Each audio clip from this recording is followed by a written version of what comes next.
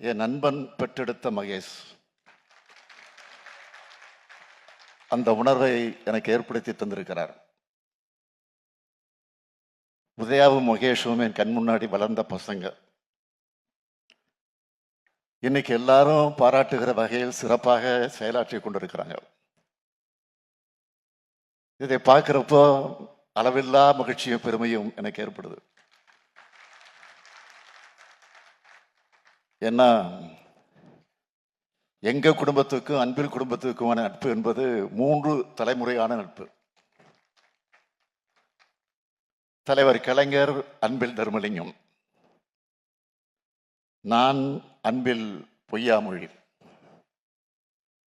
உதயநிதி அன்பில் மகேஷ். இந்த நட்பு தொடருது.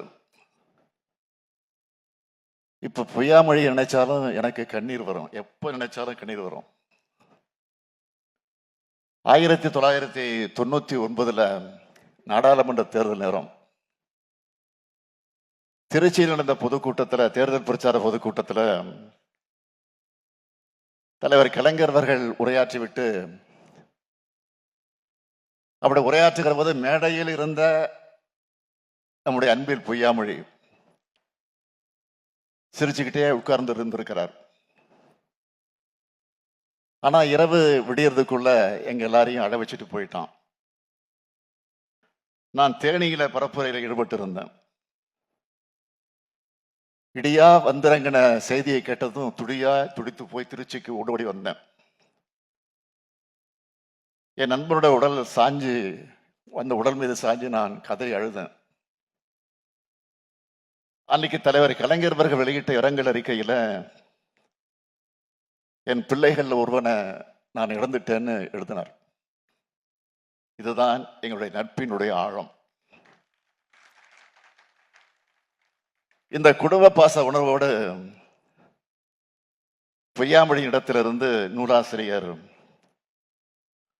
அன்பில் மகேஷ் பொய்யாமொழியை வாழ்த்துகிறேன், பாராட்டுகிறேன். அன்பில் மகேஷ் பொய்யாமொழி தலைமையில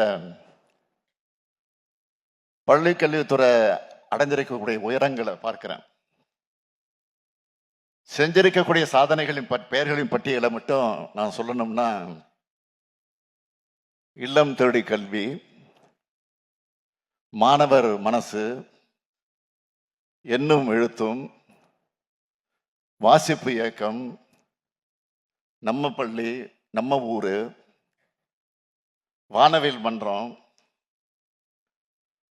மணற்கேணி செயலி, கோடை கொண்டாட்டம், கலை திருவிழா, தகைசால் பள்ளிகள், மாதிரி பள்ளிகள், ஸ்மார்ட் வகுப்பறைகள், ஹைடெக் லேபுகள்.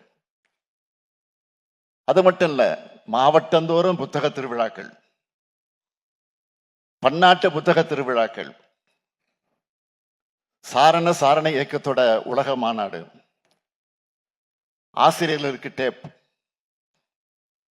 அரசு மாணவர்களையும் ஆசிரியர்களையும் வெளிநாடுகளுக்கு அழைச்சிட்டு போய் ஊக்கப்படுத்துறது. இதுவரையில் யாரும் செய்யாத 234 தொகுதிகளில் பள்ளிக்கூடங்கள் ஆய்வு செஞ்ச ஒரே அமைச்சர் நம்முடைய தம்பி அன்பில் நம்முடைய மகேஷ் அவர்கள்.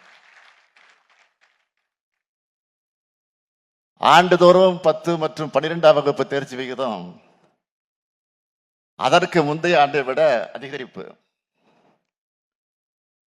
இடைநேற்றல் இருக்கக்கூடாதுன்னு மாணவர்களை திரும்ப கல்வி சாலைகள் நோக்கி அடிச்சுட்டு வர்றது. பள்ளி கல்வித்துறையோட பொற்காலமா நம்ம திராவிட மாடலை மாற்றி இருக்கிறார் தம்பி அன்பில் மகேஷ் பொய்யாமொழி அவர்கள். இந்த சாதனைகளை எடுத்து சொல்றதோடு மட்டும் இல்லாம, ஒன்றிய பாஜக அரசால தமிழ்நாடு எதிர்கொண்டு இருக்கக்கூடிய நெருக்கடிகளையும் நம்ம அரசியல் ரீதியா அவங்க பழி வாங்கிட்டு இருக்கிறத எடுத்து சொல்லக்கூடிய வகையில துணிச்சலோடு இந்த புத்தகத்தை எழுதியிருக்கிறார். ஆளுங்கட்சியோ அல்ல எதிர்கட்சி வரிசையோ என்றைக்கும் கொள்கையை விட்டு தர மாட்டோம். தமிழ்நாட்டுடைய உரிமைக்கு குரல் கொடுப்போம் என்பதற்கான அடையாளம் தான் இந்த புத்தக வெளியீட்டு விழா நிகழ்ச்சி. தேசிய கொள்கை 2020 எனும் மதயான புத்தகத்தோட தலைப்பை மொத்த கருத்தையும் சொல்லிடுச்சு. இப்படி ஒரு கல்வி கொள்கையை ஒன்றிய பாஜக அரசு உருவாக்கினப்பவே புதிய கல்விக் கொள்கை என்ற மத யானையை தமிழகத்துக்குள் புகுந்து கல்வியில் சிறந்த தமிழ்நாட்டை நாசப்படுத்திடவோ, காலம் காலமா நாம் போற்றி வரக்கூடிய சமூக நீதி மற்றும் சமூக நீதி கொள்கைக்கு கேடு ஏற்படுத்திடவோ அனுமதிக்க கூடாதுன்னு வருமுன் காப்பதே அறிவிடம்னு தலைவர் கலைஞர் அவர்கள் அன்றைக்கு அறிக்கையாக வெளியிட்டார். கலைஞரின் வரிகளையே புத்தகத்தோட தலைப்பா ஆக்கியிருக்கிறார் நம்முடைய மகேஷ் அவர்கள். இன்னைக்கு நாடு இருக்கிற நிலைக்கு மிக அவசியமான புத்தகம் இது.